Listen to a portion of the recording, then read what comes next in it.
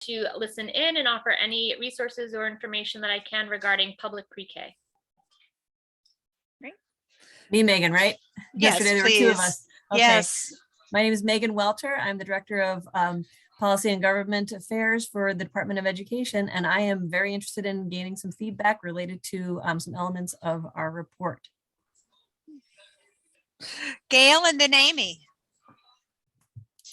Good afternoon, I'm Gail Page. I'm the director of the Mid-Coast Regional Child Development Services site, and I'm just here to offer any information regarding CDS.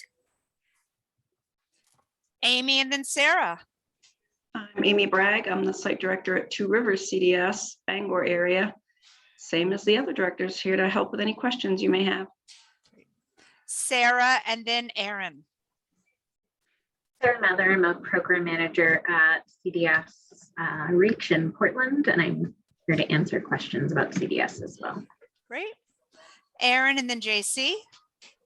I'm Erin Frazier. I'm the Director of Special Services Birth to 22, and I'm here to seek feedback on a plan moving forward. Great. JC and then Mary Beth. JC Holmes, Federal State Legislative Liaison, also expecting some feedback that can be shared with the Education Committee. Great. Mary Beth and then Barbara.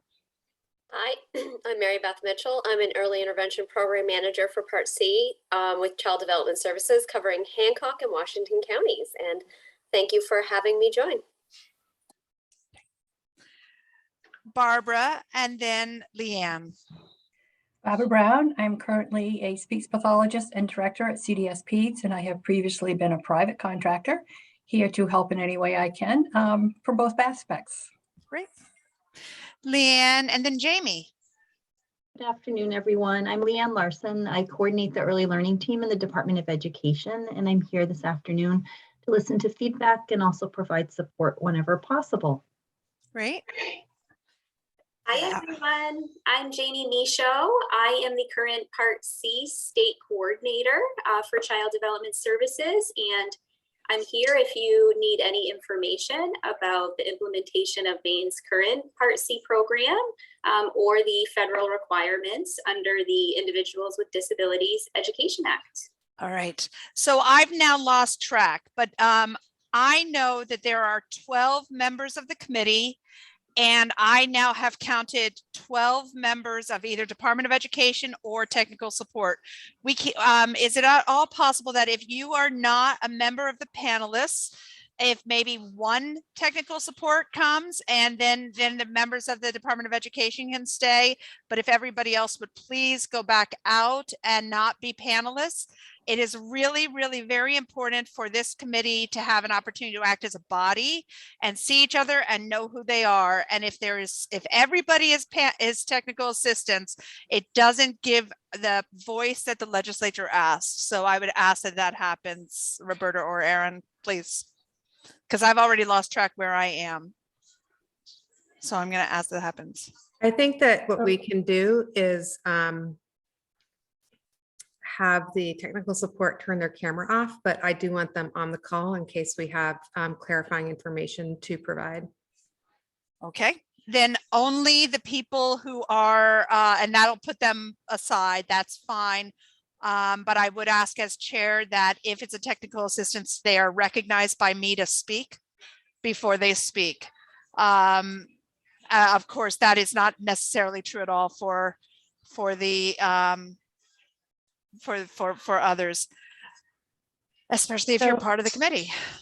Yeah, so I'll just introduce myself. I'm Carol Martin, and I'm here to support the conversation. And Aaron, I'm wondering if you want to get started on slides. I noticed that Rita joined, and Nancy, really, would you like? Carol, I'd really like to be able to not do slides. I'd like to finish actually meeting the members of the committee, which we've not done yet. So if we could turn the slides off and finish being able to actually meet the members of the committee. Thank you. Okay. I think Leanne, you got to speak. I think I'm on, you're all scrambled. Let's go to Rita and then Heather. Hi, Rita Furlow. I'm the Senior Policy Analyst at the Maine Children's Alliance. Right. Hi, everyone. Heather Martin. I'm the Policy Director for the Maine Association for the Education of Young Children. Great. Ariana and then Sarah. Sorry, I'm here from CDS as technical assistance. So I want to make that distinction. Great. Could you please turn off your camera so I'm only seeing your name? Thank you. Thank you, Nancy. Yeah, good afternoon, everyone. My name is Sarah Squirrel, Department of Health and Human Services, Senior Advisor, School-Based Health. Great. Sarah and then Marcy.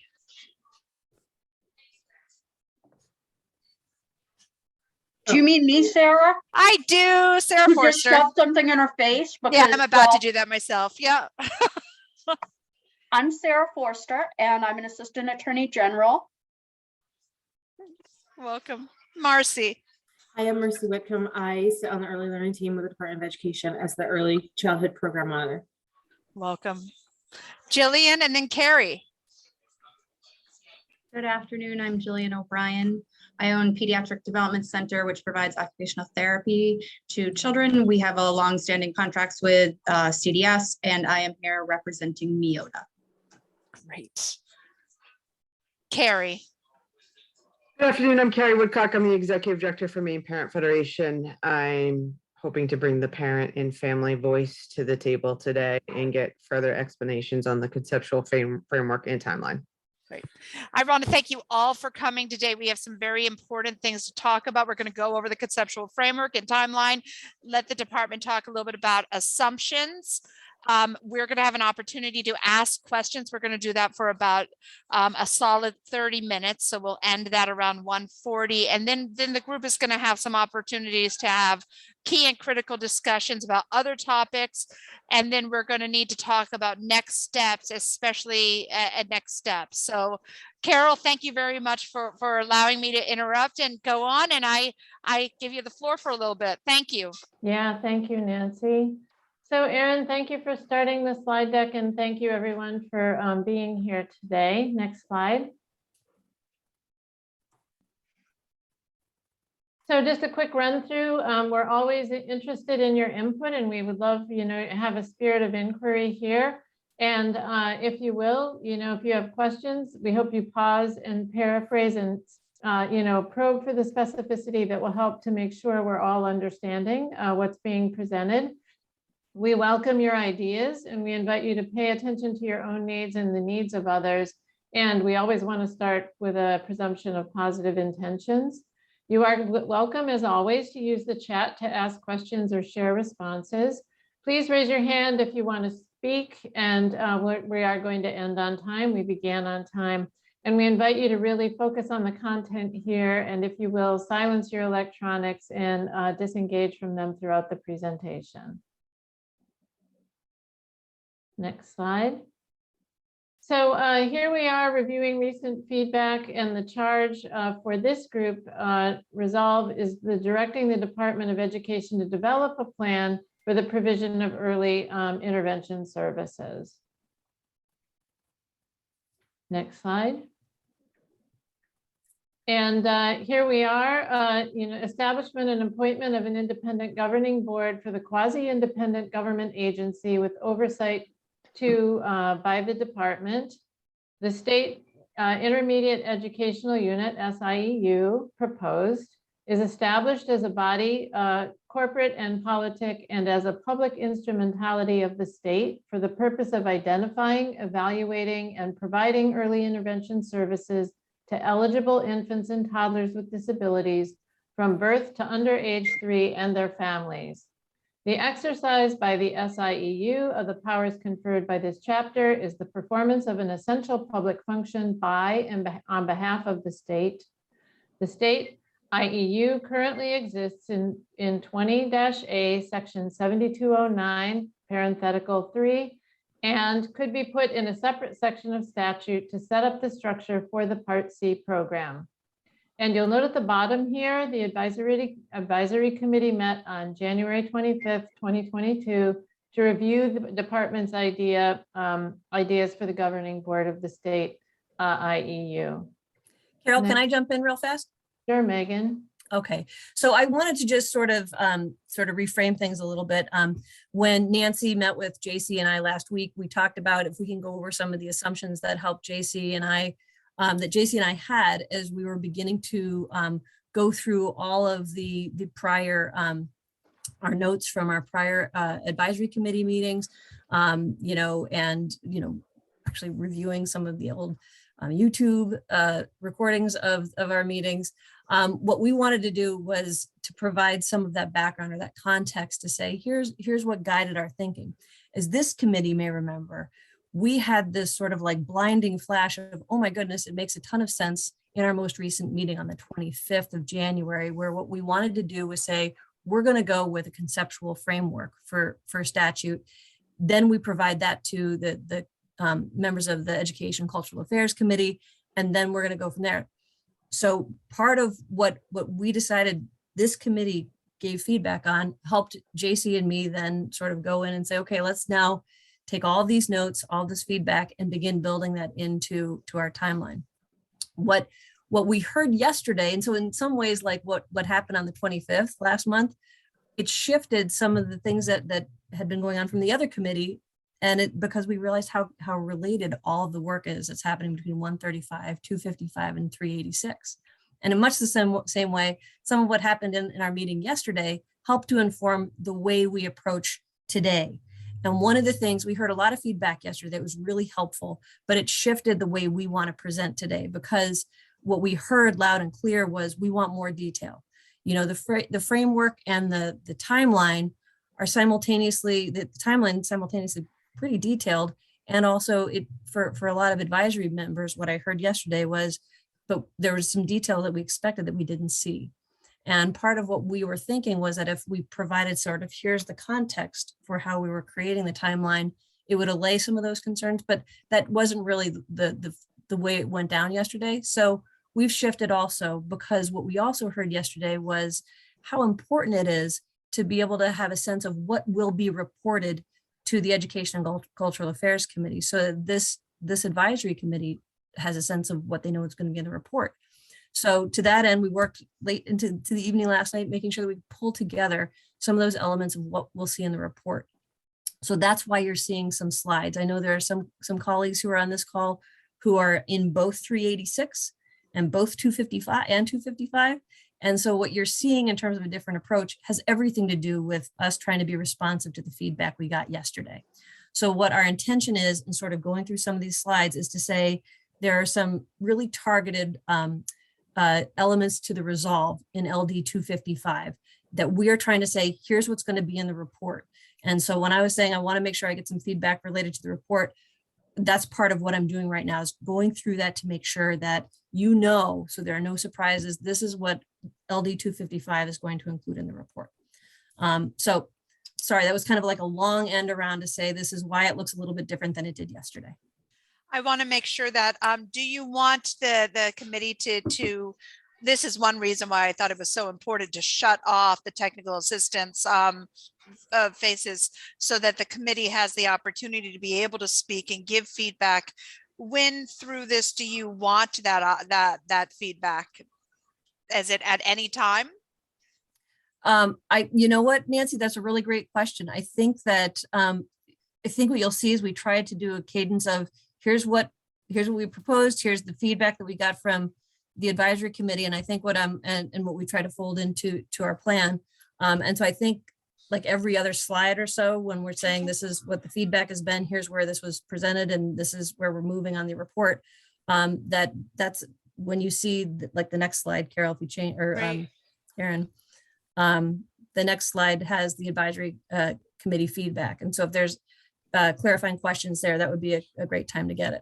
Great. And I'd like to make sure, because this body is a body, it is a legislative body that's outside of LD 386, that they have ample opportunity to say anything else that they want to be able to say. So let's move through, and then at about 1:45 we'll do a time check. Okay, you mean 255, right? 255, yes, Okay. meaning 386 spoke yesterday. 255 has not had, so many of these people, and it's a different charge, but it's a different resolve and it's a different charge. So it's really important that this group has the opportunity to speak. So let's move forward from it. Next slide. So Carol, I'm going to keep flying through these if that's okay with you. Yes, thank you, Megan. We'll take turns. So in our last meeting, as you may recall, AG Forrester gave us a presentation about what was required in order to have an independently governed state IEU. And the committee members received a copy of that PowerPoint.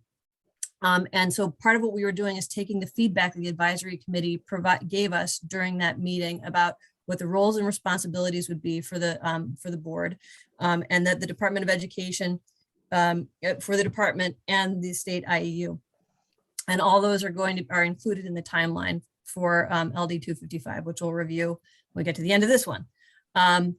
Because we're utilizing the federal IEU definition, which was established back in 91, and we're still able to use it because it had been in place, that's the structure that we're going to operate with. And that's a really important piece that I can't remember if we were able to really dig into that in our last meeting, but we know that we can still continue to use the IEU definition because we've had it in place for so long that we're grandfathered in to allow that structure to continue to be in place while we work to make some revisions.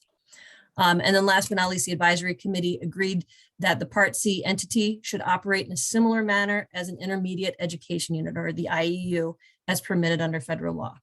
So those were sort of like the pieces that we rolled out about the IEU and about sort of how we would change the governance body. And that's what we're going to be reporting out in 255. Are there questions or clarifying questions or comments about this? Was it going to include some of the suggestions of who would be in that group? Yes, in the report itself, what we'll do is we'll go through and say that what we heard from members of the committee was that they were advising, that the members of the board be made up of a lot of different, perspectives. And we've got those all sort of spelled out. And then what the department does is we take those sort of recommendations and we say, yep, here's what we're going to be recommending. Thank you. Yeah.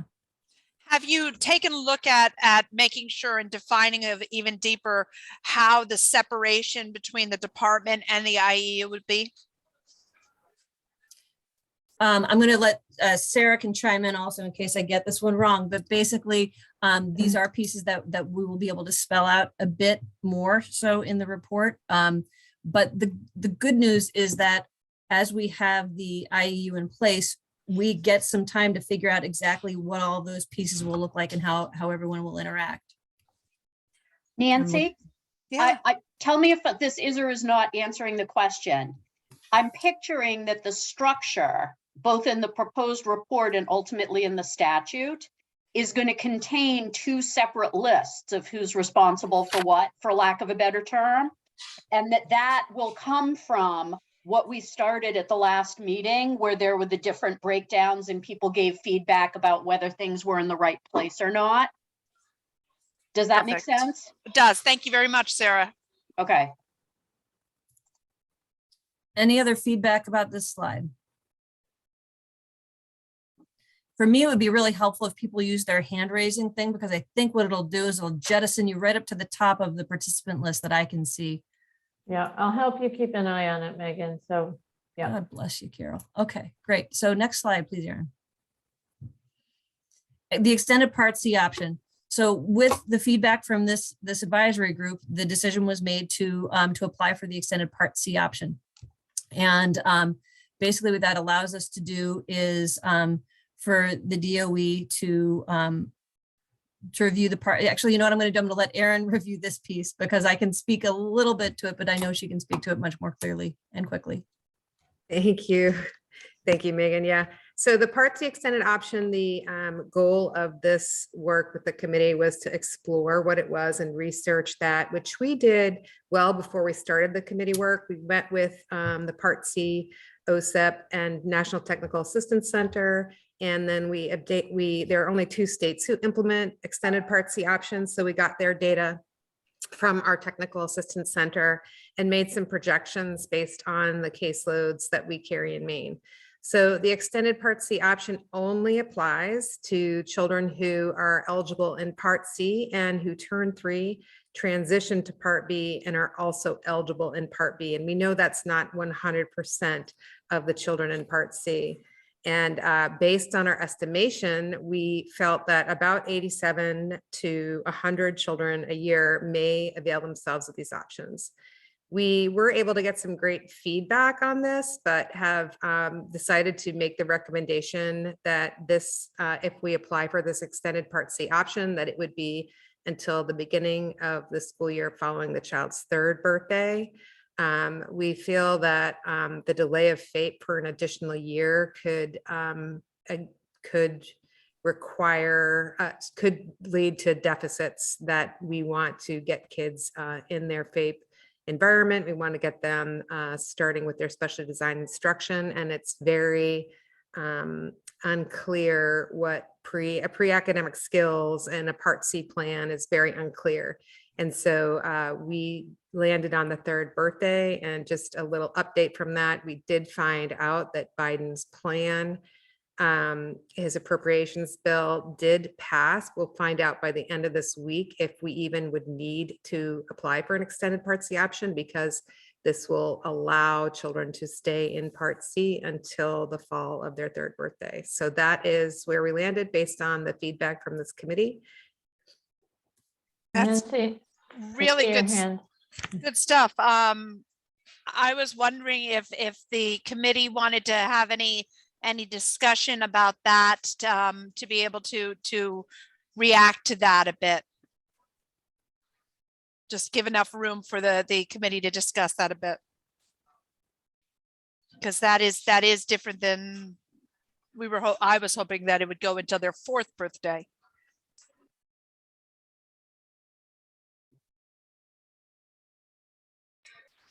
I'm not seeing any hands. We definitely heard both sides, and when we went back and reviewed the recording, and so I know there certainly were different sides represented for going to the 3rd or 4th. Rita? I would say we had some mixed reviews as well. We had some people who were like, it could be 3 or 4, but I think it should be one or the other. And So I'm we just had- opening space. I just want to Yeah. open space up, that if anybody wants to talk, they have enough space to do that. I see you, Rita. Rita, So I assume then we're going to talk more about what is happening with the 3-year-olds. So this isn't what's happening with the 3-year-olds. This is just the Part C extended option. So this is just the option where people can extend the IFSP and delay FAPE. 3-year-olds is a separate issue. And just to be entirely clear, that's covered in 386. Rita, does that answer your question? Or your observation? Does that address it? Yes. Okay, thank you.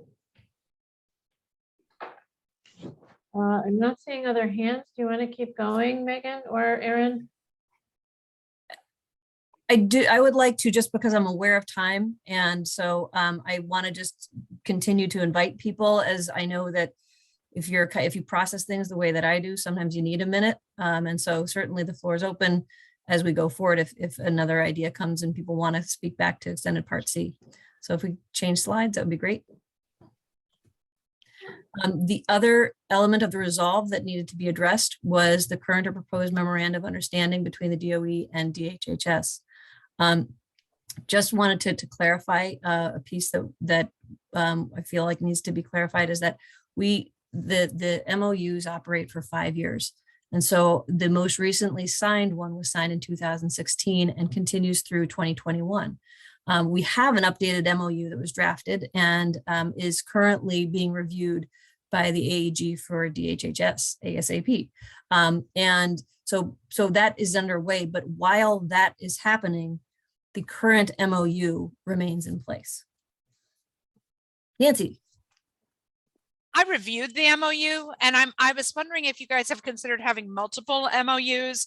You know, it's such a key part of how work could be done and how things are organized. For instance, having an MOU directly with Title V programs, things like Office of Child and Family Services, with what you've done really well in recently with newborn hearing and things like that.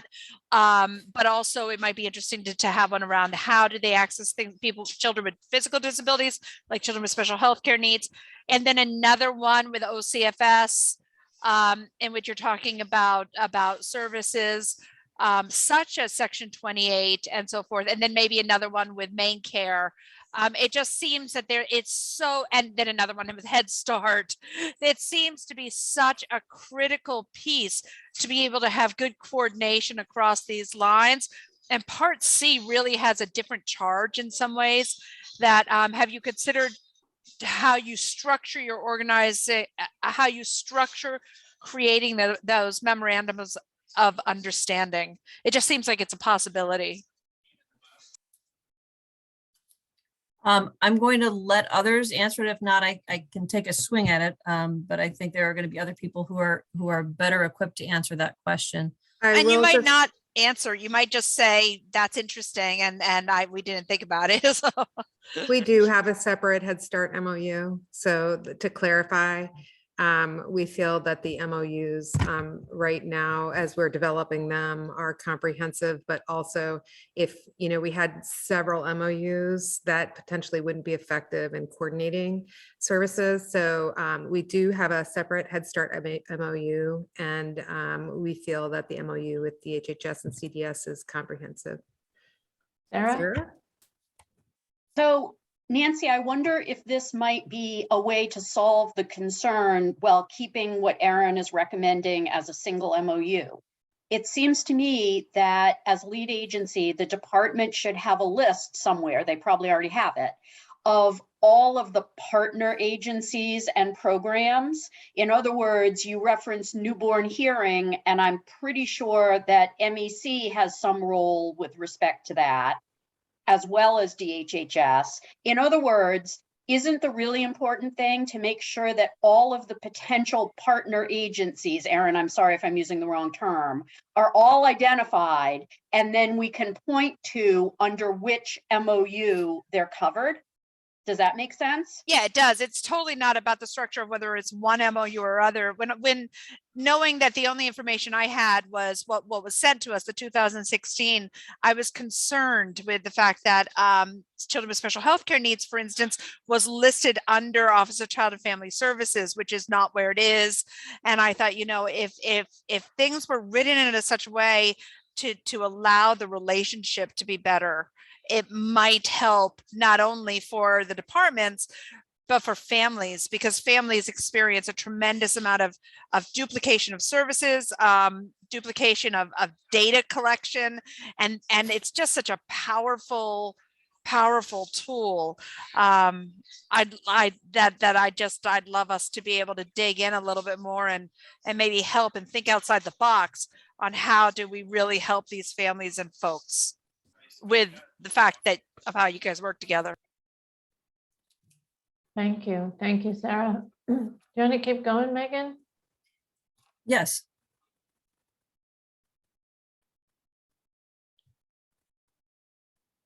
Okay, so we have in a few different places at different times talked a little bit about the 16 minimum requirements under federal IDEA.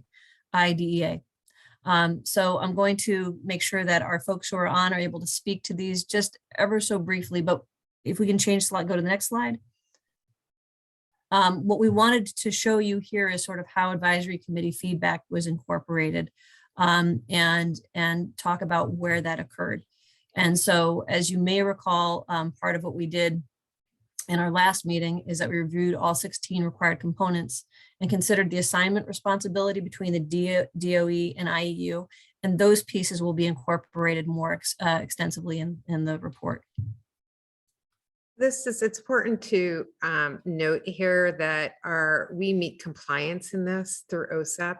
So this is, we reported extensively to you. We provided that information on the 16 components so that you could understand them yourself. But this is clearly a, something that we meet with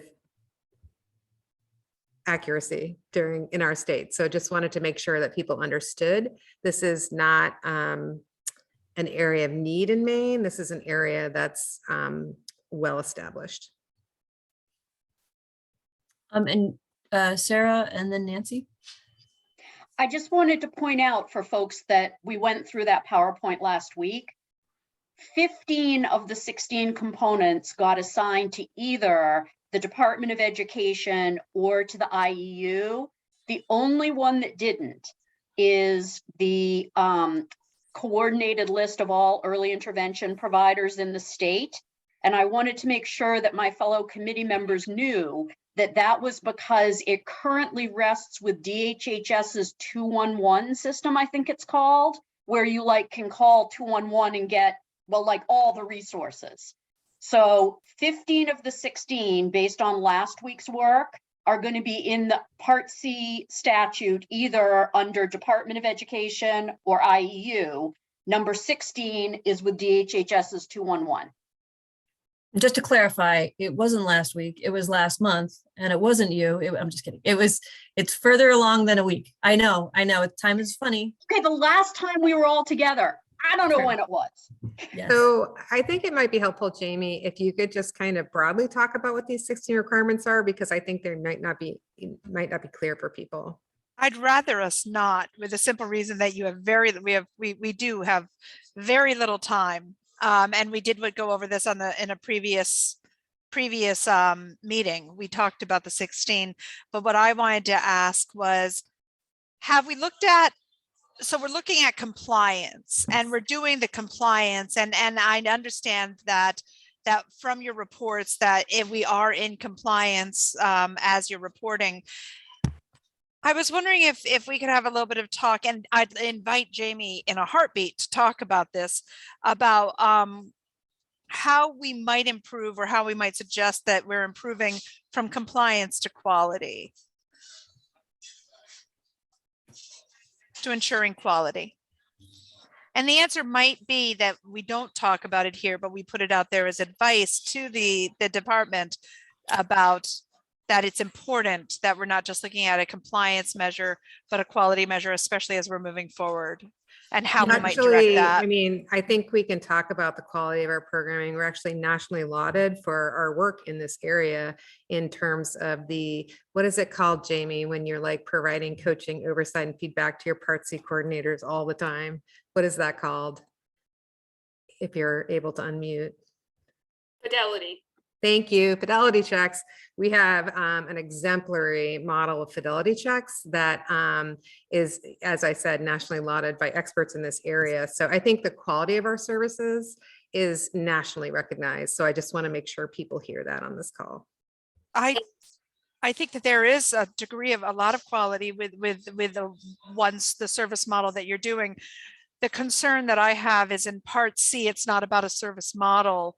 Well, what I mean by quality is ensuring that individuals and cultural competence is happening and being able to see, are we doing it one step above? One concern that I've had, and I know and others have had, is that we are focusing this on service models as opposed to looking at making sure that children and families are getting what they needed in an individual manner. And I think that's what I mean about stepping back a little bit and moving away from looking at it from, so Department of Education is looking at it from a service model. That's what you just said. No, that's not correct. Essentially. No. But what was saying is, how do we move it from a compliance that we're doing this into ensuring that there's quality in a broader way? That is what we do, Nancy. It's completely individualized. It's not a service delivery model style. It's, but it is a feedback mechanism that helps us make sure that we have consistency across programs. Our services are individualized. It's not one model fits all. And we feel like confident that our services are individualized and the federal government agrees. I appreciate that. I'm just looking at how does the committee do our job and talking about advice. It might not be that one thing, which is why I would love to have conversations with the committee. And that's an opportunity for us. We'll be presenting the CDS annual report very soon. And that's another opportunity where we can really highlight how we are definitely not satisfied with the compliance model. And so Jamie, I know can speak extensively to that, but that's good advice.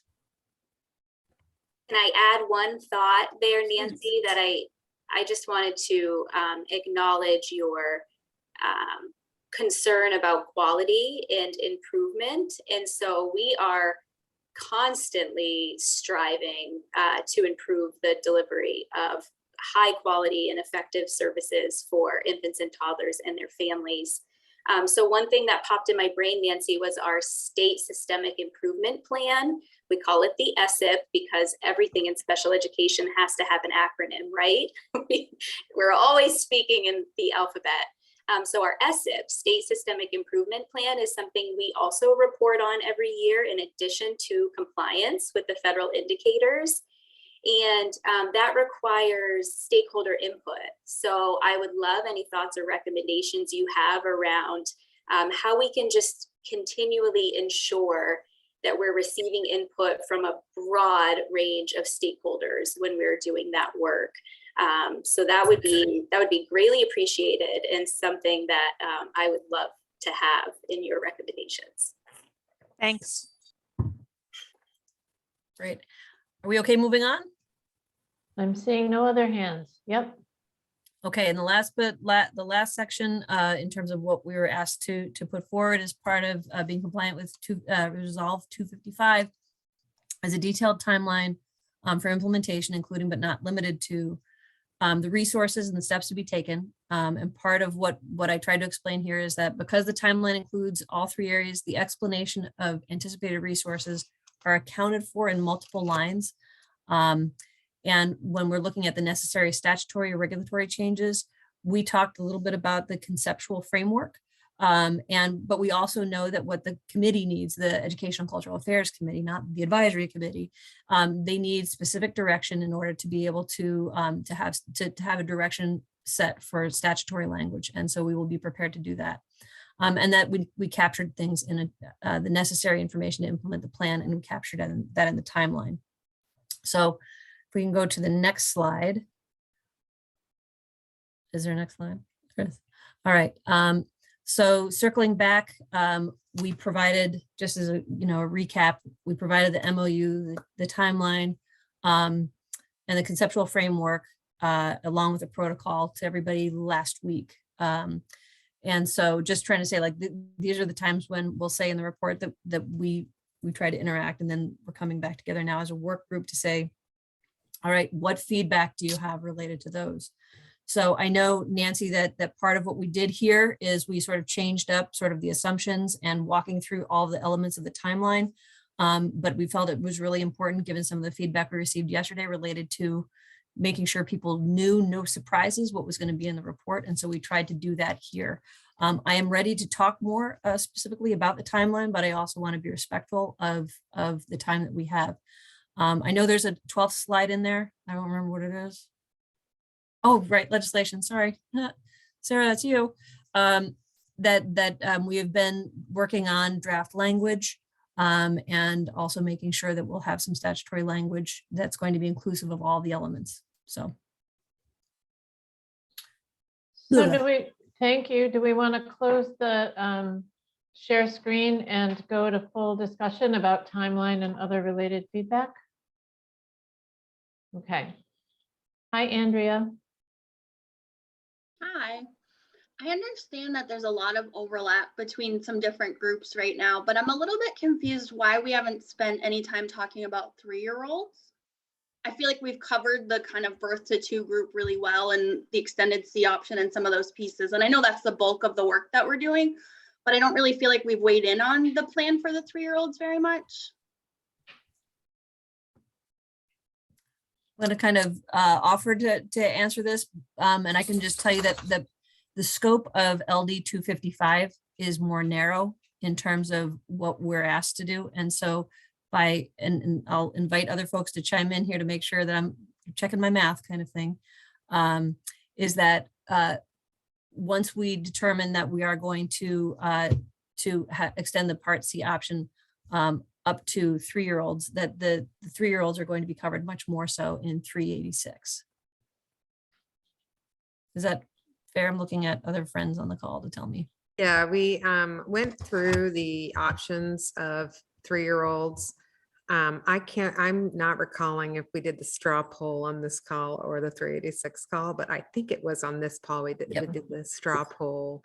And so during that straw poll, we really got the feedback we needed. Most people were thumbs up, agreement with the idea of transitioning 3-year-olds to SAUs, not for the provision of service, but for the oversight of the service and coordination with a lot of different community agencies and partners, and that there would be a very detailed plan with how to do that. We know that some of our SAUs are currently doing that and taking 3-year-olds on, and that some of the parents on this call, I remember, or that might have been the last call, saying that it would be nice to start to develop a relationship with the SAU earlier so that they had good common understanding.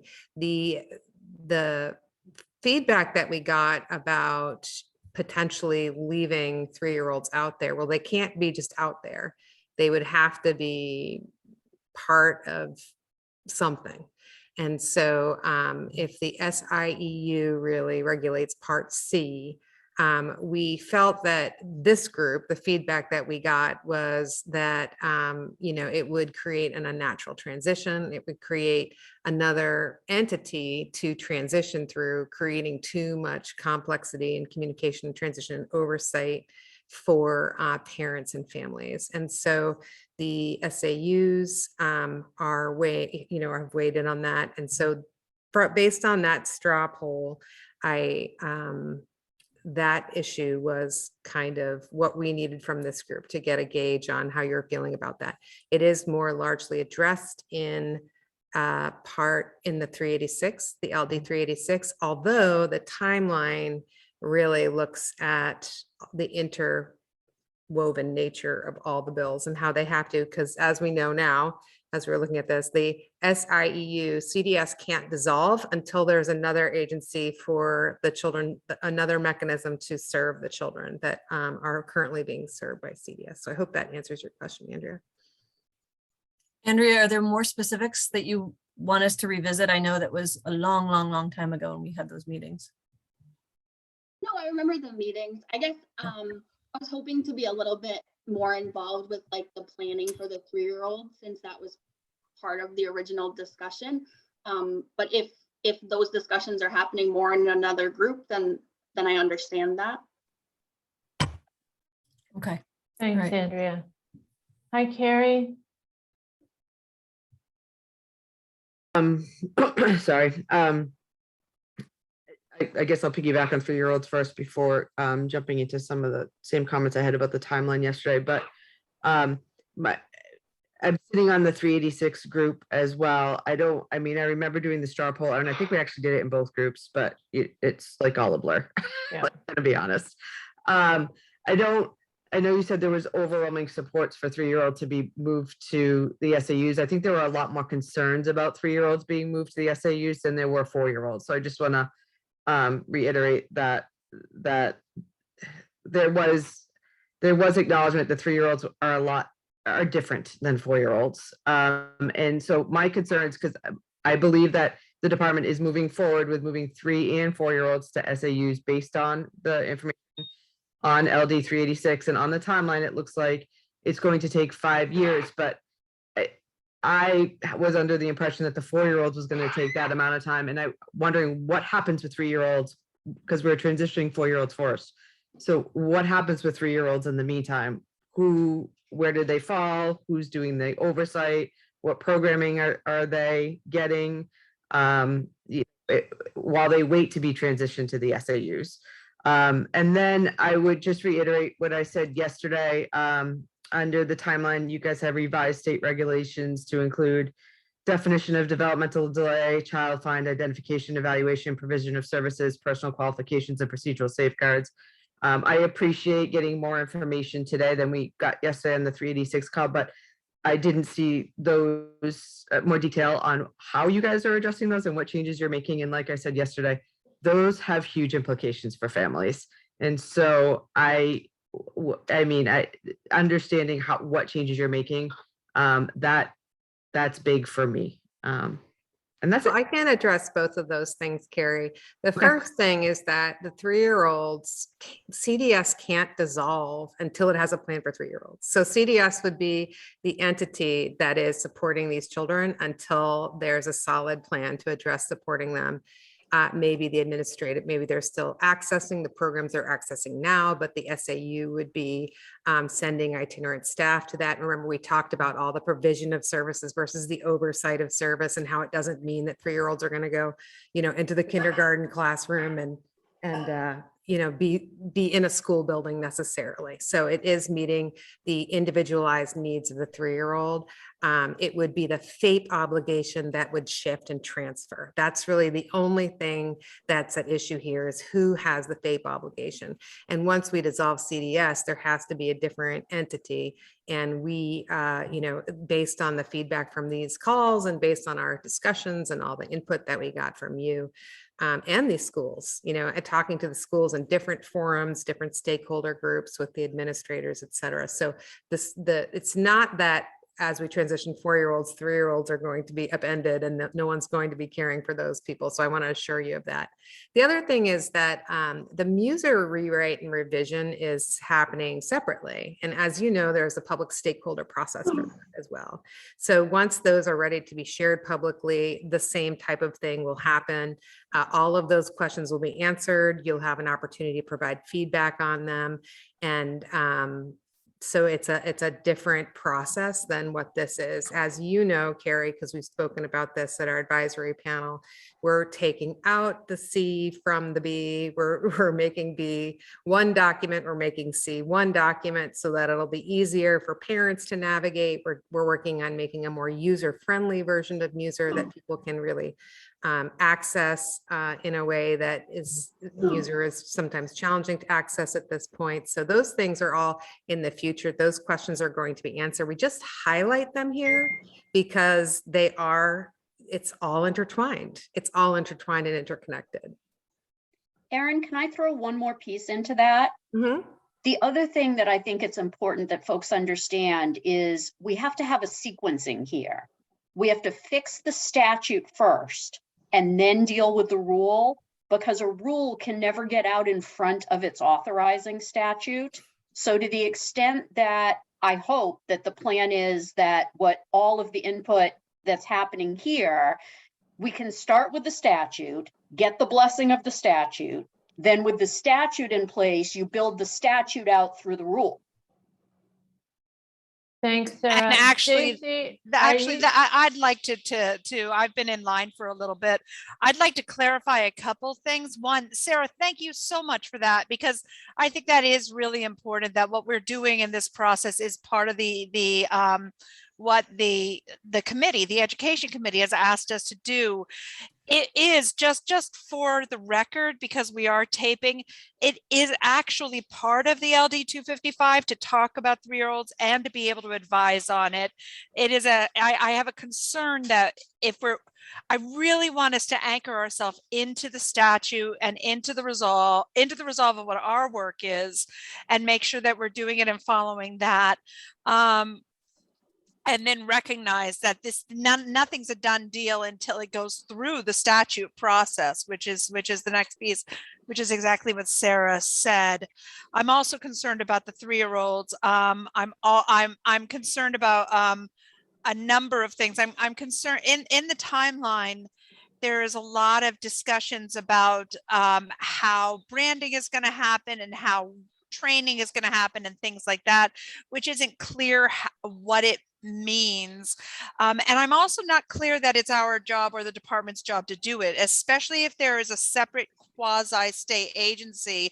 I think that there's going to have to be some degree of development and identity development of that agency in and of itself, which I think is very very important. I'm also looking through, I had something else that I wanted to speak about. I'm very concerned about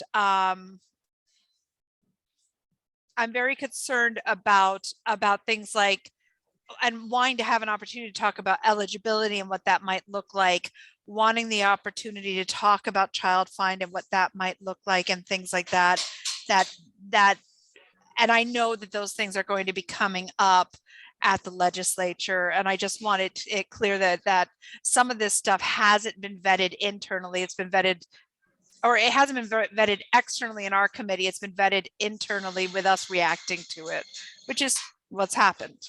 So thank you very much. Thank you. So I know that Nancy, and this goes to everyone on the committee, you know, part of what we sent out last week was a protocol where there was like some directions. I'm a former teacher, and that's just kind of the protocol geeky thing that I make all the teachers I used to work with do. But to fill in if you have questions or observations, and if you've done that and there's something that you want to share, I know Nancy, you've referenced having documented a few things. Please share those with us. In the event that we can't address every individual piece. To your point about, you know, making sure that we are paying attention to statute, I've got it right up here on my screen to my right. And I absolutely know that it is up to this committee to advise the department on the option of pursuing the federal extended Part C option and make recommendations to the Department of the provision of services for children 3 years of age. And that is a piece of it. And part of what happens though, as we are, you know, saying that we're going to be making sure that we are extending FAPE to our 3-year-olds, that's part of what the timeline will lay out, as will be the piece about you were saying in terms of how we're going to be having the, I'm losing my train of thought. Has that ever happened to anybody else? But in my head, there was something that you said, Nancy, where I was like, that's part of the timeline where it's spelled out the branding and sort of thinking about how the input of the different groups will happen, but that's why it happens a little bit later along the timeline. So JC, I think if our mind meld is working, you were going to talk about rulemaking. I was just going to reinforce what Sarah said. I think we embedded it in the timeline and gave some of the required elements like child find, evaluation, et cetera, that are all in federal IDEA statute and regulations. And we wanted to recognize that that was a step that would need to be taken after the statutory changes. And there is a very defined protocol for that to happen. And we will certainly make sure that when those are drafted, that there is very much significant timeframes and comment periods for everyone to participate and provide feedback to us. I think the big piece is just separating C to its own freestanding, which is what I think I described yesterday, and then B being the 3 through 22. So much right now of 101 is the federal reflected font, and we might very well maintain the same thing because there's very little that's been added as state procedures. It's pretty much follows the federal requirements. Thanks, JC. Welcome. Carrie? I just wonder if we can get further clarification as to how long the department thinks it will take to transition 4-year-olds fully to SAUs before you start transitioning 3-year-olds. Has there been any conversation about that? I mean, I know, I understand the nuances to my question, but I'm just trying to have an understanding because I think 3-year-olds are really concerning for everybody on this committee. And I understand their services will continue. Like you said, Erin, and SAUs will be overseeing those services. I'm just wondering how long before you think the full transition will be complete.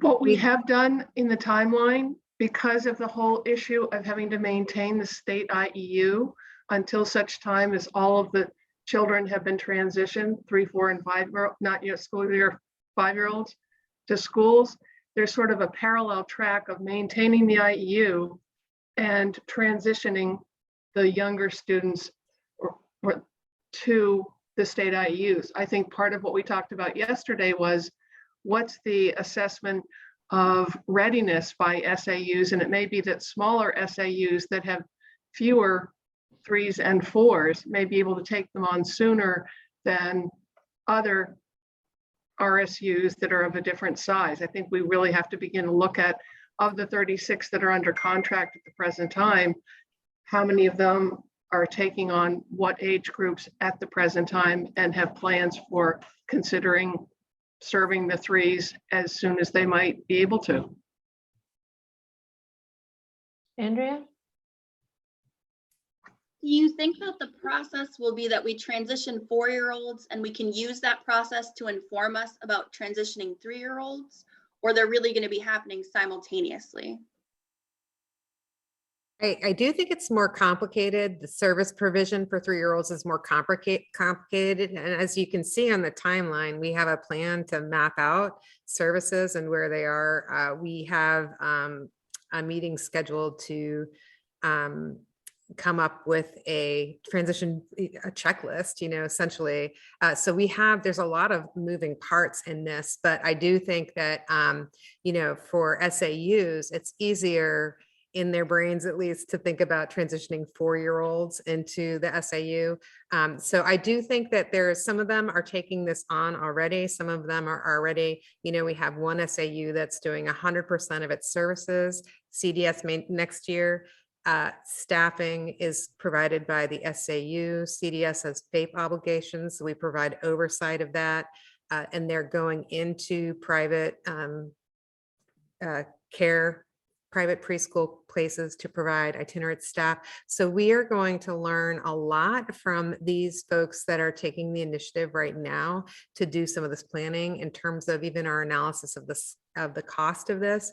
We know that most of Maine schools as they stand, are built in an era where they didn't consider preschool services, so that we are going to have to rely on community and private partnerships for these experiences for children. So I think that it is going to all happen, but I think that it's all interwoven, which is why it was really hard to think about this on a timeline. We still look at that timeline. The timeline is a live document where we think about, we kind of chronically are looking at the fiscal impact and what staffing considerations. And we have, we just got a grant to train CDS staff to get them school ready and 282 certified. So all of these things are happening together and they're tightly interwoven, but they're things that we are considering. So I don't think I could say, in 2024, everybody's going to be transitioned, because I think the timeline is going to flex based on SAU's readiness. That readiness checklist will be really important for people to understand where they are and where they have to be. We have 14 new preschools that we have 260 odd preschools. Not all of them provide universal preschool. So we have to look at that. So there's a lot of mapping that we have to do of structures that are in place. We're also, as CDS, we're finding places right now, and we're working with SAUs. So we would find a space that's maybe a child care center that's closed down. And so we're opening those classrooms and we're working with SAU, and they say, so we're going to get the cost ready. We're going to get it all ready. And then at some point, these are the kids who are in your catchment area. You can work with. So this is all happening, this intricate planning, because our biggest goal is to make sure 100% of the children who are 3 to 5 have services. The SAUs are on board with us. They are really also highly motivated to get these kids services before they enter kindergarten.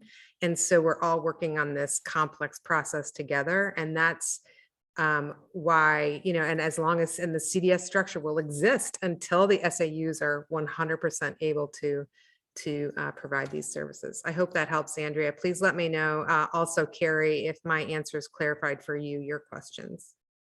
Nancy, hang on. I'm going to just piggyback on one piece. One of the things that we definitely heard yesterday from a couple of the superintendents is that they could see how the timeline could be used to help guide them.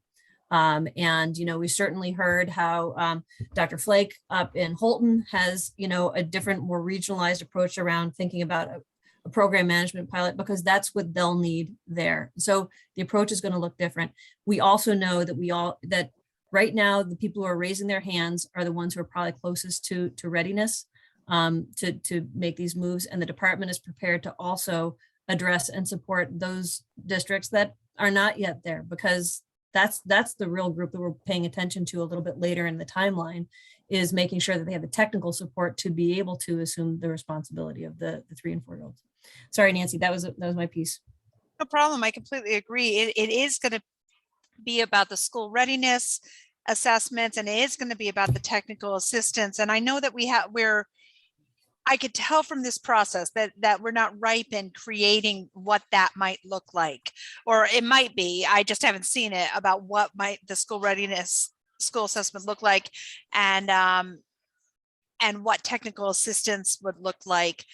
And I agree that that is the important part, especially as a chairperson of a school committee. I was wondering if you envision, what do you see the envisioning between this and kind of statutes? Let's say the committee agrees and says, let's move forward with 3 to 4 year olds with Part B. Let's say that happens. What would the department do next in order to ensure that everybody gets together to develop the school assessment and develop technical assistance? What kind of, who would you include in those conversations? I'm going to ask Erin, Roberta, and possibly even Leanne. I'm sorry, Leanne, I've never thrown you out there before. But part of what I know the team has already done is they have some toolkits already in place that they use. So if you can speak to those. I can speak to the implementation toolkit that we are working with the early learning team and other internal and also some site directors and some SAU administrators to come up with a determination, a checklist for readiness. We do have an amazing document that Leanne's team put together on how to develop a preschool. It's really good. And so there's a lot of specificity around special education and EL and all kinds of things, transportation. So, and I don't know, so Leanne, our teams are meeting to kind of use that work and CDS together to create that document pretty soon, like next week. So Leanne, I don't know if you wanted to share. I think you summarized most of it, Erin. We do have a nice guidebook that we've developed that's very helpful when you're working towards implementing a public pre-K program in your community and the things that you need to think about. And I think it'll be a nice scaffold for us to use to think more broadly about what needs to happen, what are the considerations for SAUs and their community partners when they are working to bring their 4-year-olds and their 3-year-olds down the line into programming and what that can look like. And I think one of the things we also talked about was the importance of making sure over time that we're learning from the experiences that are unfolding across our SAUs. So they're going to be very valuable. Thanks, Leanne. Nancy? I really appreciate that. I am concerned about moving on 3-year-olds completely. I don't know how other members of the committee feel. I'm also aware that we need to have some, I'm also aware that I'm very concerned about the early childhood professionals and the early childhood educators that are going to be currently working for CDS while and if this transition moves forward. I don't want to lose talent, and I'm concerned about that. I know we're running to a place, it's 2:05. I know we end at 2:30. The committee does need to talk about what next steps is. There is a chance that the education committee might call us to speak about the process and about our recommendations. And we haven't had an opportunity to kind of have a good conversation about that. And I wanted to open that up. How are people feeling about this? How are we feeling about our charge? Do you feel like you had an opportunity to say what you wanted to say about 3-year-olds? Do you feel like you had the opportunity to talk about the quasi, and what else is there to say? What other issues need to get on the table while we still have time? Nancy, I appreciate you jumping in. I want to just jump in and make sure that we're clear on the sort of charge for the advisory committee. That part of what we need your feedback on really is about, the proposal. There's a lot involved in the implementation plan, but certainly what we're really looking for is feedback on our proposal to help us guide. We know there are pieces of the implementation plan that members of the advisory committee want more detail on. But I just want to make sure that we frame it so that we get the helpful guidance that's going to help us in our presentation to the Education Cultural Affairs Committee. So thank you. Thanks, Megan. Erin and then Rita.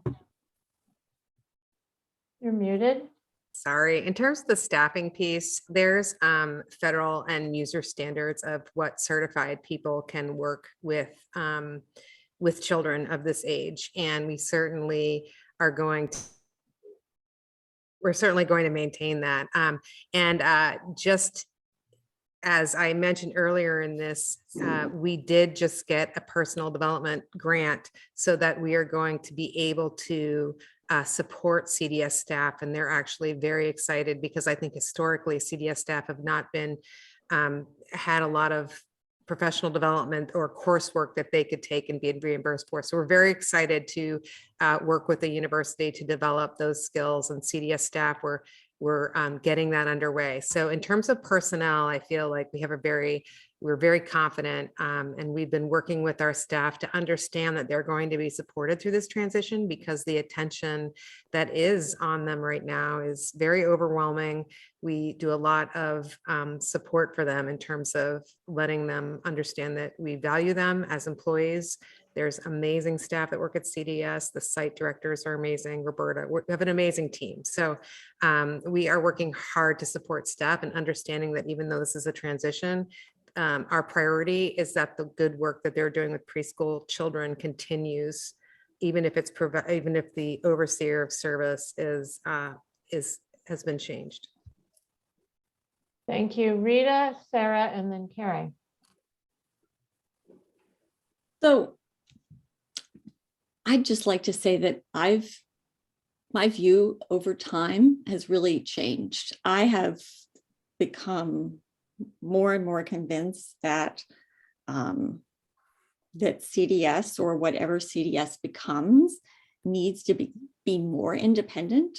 And I was encouraged when we were talking about the governing board and seeing that could lead towards perhaps some more independence. I'm concerned that over time we have everything from oversight to evaluations to service coordination to delivery of the service all in one place. And I just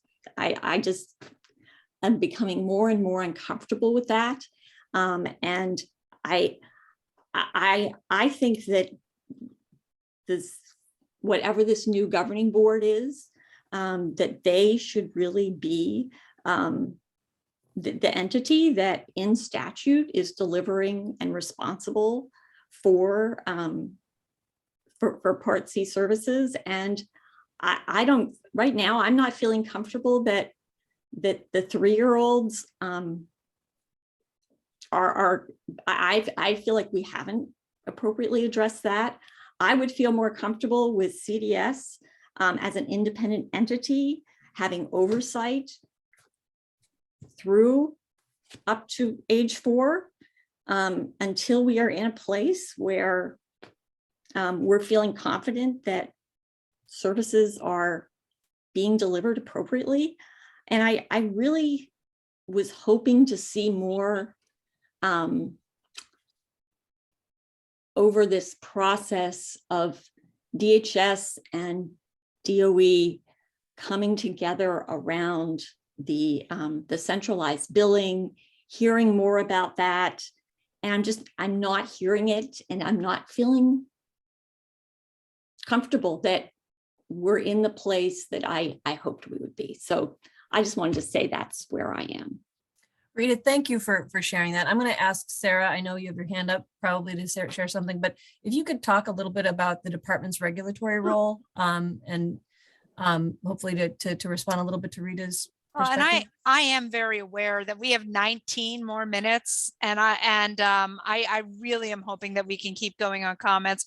At this point, I'm feeling like the committee might not have the chance to speak again for 19 minutes. So I'd love Sarah to be able to speak and say what she wanted to say, and then move to Carrie. But as chair, I really need to, Sarah is on the panel, absolutely, which is why I'm saying I want Sarah to be able to say what she wanted to say, so that we can keep going and move on for the next 19 minutes.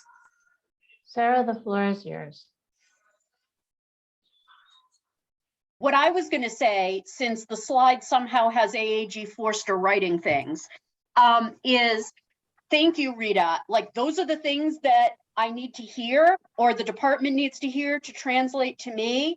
And my question is, and then I'm going to shut up so everyone can talk for 19 minutes. If we don't get all the things in the 19 minutes, or people don't want to talk in the 19 minutes, do they email them to someone or something? Because the more of that I have, obviously, the better I can write what I think everyone wants written. Yeah, let's go to Carrie, and then let's go to the next steps about what we as a body want to do, because we do have a role as a body. And I really appreciate the department, but I do want to make sure that it's clear that the resolve said that there would be a chair. It was voted on that there would be a chair, and that we have specific things that have to be done. And I don't want to lose the opportunity to do our job. So Carrie, go ahead. And then I saw somebody else want to speak, and if they're part of the committee, they're welcome to. Carrie? Megan and Sarah, I appreciate you acknowledging that you want feedback on the proposal. I think what I'm hearing and what I'm feeling is that we haven't seen the proposal, and I think the department feels as though the timeline and the conceptual framework is enough for us to provide you feedback, and I think what we're saying is it's not. And that's the way that I'm feeling, and I think that's the way that what Reed is saying, is that we had hoped to have more details to be able to provide you with more feedback. Just so many, it was great to get the conceptual framework in the timeline, but it prompted me with many more questions that I had hoped we could have discussions on in earlier meetings. If we had gotten the conceptual framework and timeline at the beginning, or this type of information, I think, earlier, then I think we could have asked the clarifying questions we want, but we don't know what's going to be in the proposal, and we've been told that we're not going to get the proposal. So it's hard for us to agree with the proposal when we haven't seen it. And I think that's my feeling on it. There's just so many unanswered questions for me that it's concerning. And I would agree with Nancy that the legislation does say that the Ed Committee may come to us and ask us for a statement. And if we're not prepared to provide a statement to them as a stakeholder group, then we haven't done our jobs on that end as well. So we do need to be prepared for them to come to us and ask us for our thoughts and feelings on the proposal. Thank you. And that does bring me to the next thing. And I really do want to appreciate the technical assistance folks for tolerating me, asking me to shut it off. Like any other meeting that is mandated or named by the legislature, it's really important that the group gets an opportunity to actually be a group. And that, I'm concerned, didn't happen at the level that we need at this point, which is to question, what are the next steps? Can we develop I think there is a cart before the horse problem potentially. Can we develop recommendations or thoughts? Do we need to meet again to respond, perhaps without the presentations? What are your thoughts about the process? I want to open this up to committee members only to say, what do you think the next step is? Because I suspect as chair, if I'm called to speak, I want to be representative as opposed to just speaking for MDDC. From what? MDDC, I'm sorry, Maine Developmental Disabilities Council. Does anyone want in here? Because I think Nancy, you're insisting on that everyone have airtime, so let's make room. Does anyone want in at this point?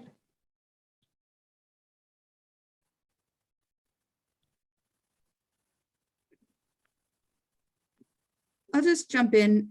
I mean, is there a space where we could make a recommendation that once that report is read in front of the committee, we can meet again and have feedback on it? Because essentially, did we come out, is it the bill coming from this will eventually come from the Ed committee themselves?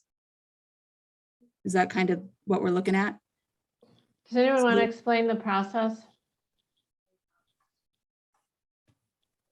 Sure, I'm going to kind of pitch it to JC, actually, if that's okay. So, Chase? Certainly, we are to provide reports from all of the resolves, which include a lot of the feedback that's been provided over the last 4 or 5 meetings of both of the groups. We will include the timeline. We will include the conceptual framework for statutory revision. Review all of that and look at what they see as next steps. To some degree, we tried to frame out what the time sequence would appropriately be, feeling that perhaps looking further at how the pieces are rolling out in terms of the timeline of examination. I mean, I know Roberta has looked at staffing situations and looking at the training that's needed. How can people take some of the training that's going to be offered by the university this summer, which Erin just spoke to allow credentials to occur. We need to look at the contracts of the current 36 RSUs, SADs that are implementing. What are their deliverables? How does that tie to Leanne's guidebook for 4-year-old programs? I mean, there's a lot of working pieces that need to move into place. I think the timeline reflects looking at statutory development next fall to take it to the committee in next January. So to some degree, we need to see what their reaction is to the timeline, to the conceptual framework, and what kinds of report backs occur at what intervals as to how that work is moving forward. How are more SAUs coming forward wanting to provide supports? We're also having discussions internally about developing a funding formula that would function separately from the EPS model, because that's something that superintendents have said over time they would like that to be separate. There's also funding that's going to the public 4-year-old programs through school subsidy, but there's also federal COVID money that Leanne's been awarded with her team to develop new programs. So we have multiple funding streams that we're trying to look at. How do all of those come together in a way and get allocated to SAUs, RSUs as they're moving forward? So it's a complex piece that moves over time and will evolve at the timing that the Ed committee feels that they can move based on what is reported to them in the next couple of weeks. I think that what I just heard is that it's the timeline is what you are planning on presenting to the education committee for this. Is that correct? They certainly are going to look at that. They're going to look at, other component pieces, which Megan reflected on those PowerPoints of the examination of the extended Part C option, the development. I think that what needs to happen is after I agree with you, Heather. After the presentation, knowing that I suspect there will be if there is going to be a work session, which I suspect there will, or a meeting after, which I suspect there will, I think that we should come back together after the presentation to be able to provide our advice a bit, both to the department as well as to being able to decide what we're willing to speak as for the committee. One of the things that we do is we represent people we're all representing people. I look at Andrea and you're representing school community service providers. I look at you, Heather, you're representing early childhood. It's very important that if the advisory committee is going to be asked to speak about this, that we feel comfortable with what we're saying, so that we're not harming the people we're representing and the people that have said, yes, we want you to represent us. So if there's no other reason, and ideally, I would like to see something be able to move forward and not just get stopped at committee. I'd like to be able to find things to move forward. So having us talk and be a part of the process makes a lot of sense to me.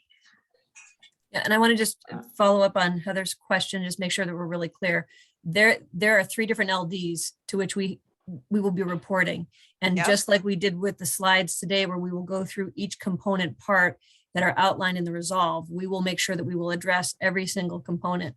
And just as a reminder, and I can't remember if this was a group we talked about this with, is that when JC and I said about working on the timeline, in addition to pulling all of the feedback that we heard from you, these committees, we also went through line by line of the resolve and said, where is this being addressed in the timeline? Does this belong, and some of them are overlapping and represented in multiple places.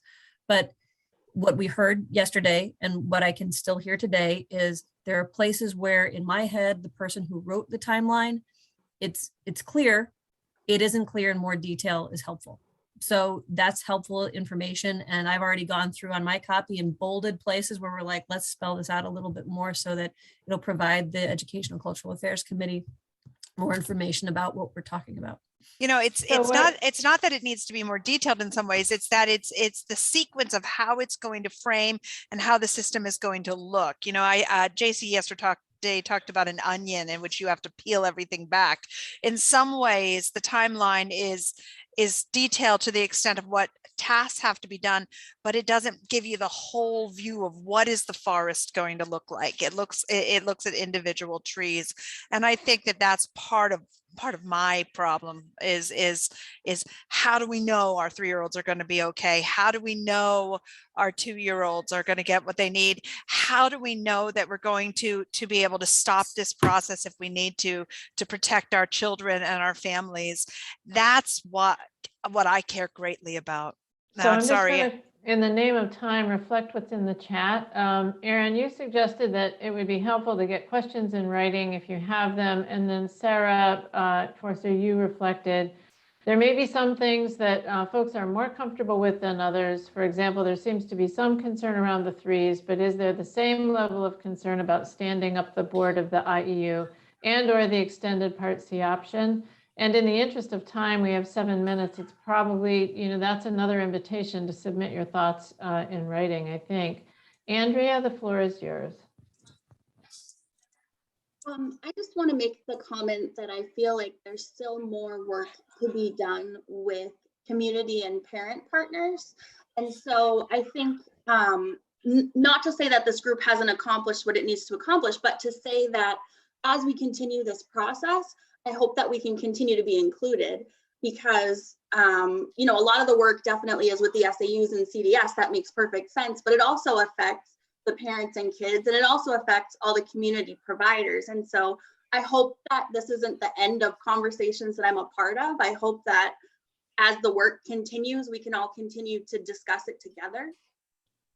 Thank you, Andrea. Final comments from anyone else at this point? Feedback? And afterwards, if it looks like it's useful, as chair, I will call us back together after the presentations. I thank you, and Andrea, you will of course be there. Nancy, will you tell people that they can email you if they have any after meeting thoughts in between for whatever happens next, so that if there's something that's out there, there's a chance that it gets toward my way? That would be wonderful. I would love that. Yes, absolutely. Please do email me. Email me for some of you are on 386 as well. Email me for both. I know I'm writing a little report for that one that you'll have. It's going to be very minimal though, and this one we'll move on the way we've said. Thank you. Yeah. Thank you, everyone. Given that I think we're close to the end of our time and I'm not seeing any other comments or questions at this juncture, unless anyone has any final other, I'm going to suggest we close our session. And thank you for your hard work. Okay. Thank you.